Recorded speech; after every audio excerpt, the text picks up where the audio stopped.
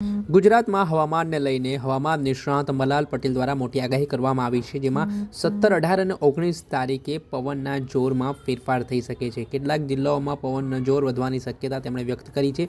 સાથે જ ઘઉં, જીરું જેવા પાક છે તેને પણ અસર પવનના કારણે અને આગામી દિવસોમાં વેસ્ટર્ન ડિસ્ટર્બન્સના નબળા અસરના કારણે જોવા મળી શકે છે.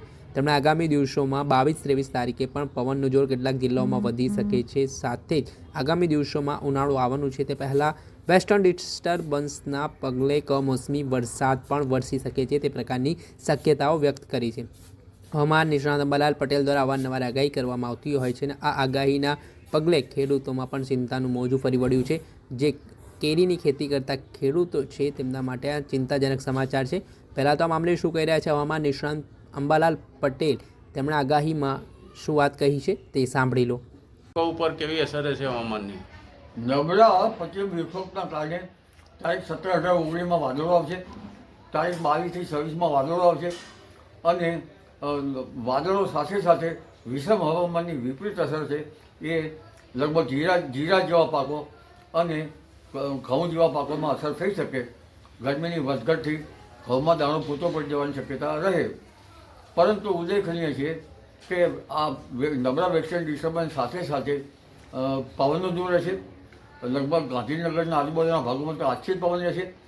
પરંતુ તારીખ 17, 18 અને 19માં કેટલાક ભાગમાં પવનનો જોર 20 કિલોમીટર ઉપરનું રહેવાની શક્યતા રહેશે. કોઈ ભાગમાં 18 કિલોમીટર રહેવાની શક્યતા રહેશે.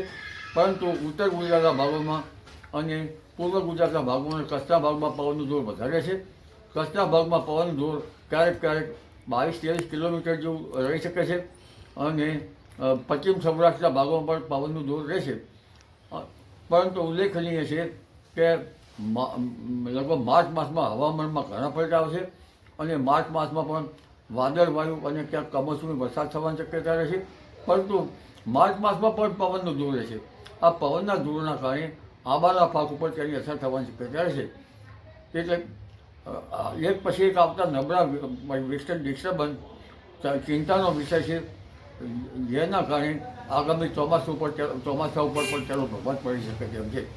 પરંતુ આગામી સમયમાં ગરમી જોરદાર પડશે અને આ ગરમીના કારણે લગભગ ચોમાસું કંઈક સારું થવાની ધારણા કરી શકાય. પરંતુ ઉપલા લેવલ ઉપર વાદળો ઠરે તો મળ્યા હતા હવામાન નિષ્ણાત અંબાલાલ પટેલ. તેમણે આગાહી કરતા જણાવ્યું કે કેટલાક ભાગોમાં આગામી દિવસોમાં પવનનું જોર છે તે વધી શકે છે.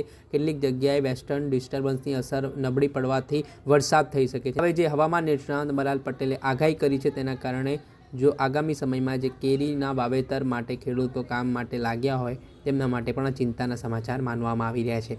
દર્શક મિત્રો, એન કવરેજ ન્યૂઝને આપ લાઇક કરી લો, સબસ્ક્રાઇબ કરી લો અને શેર કરવાનું ભૂલતા નહીં.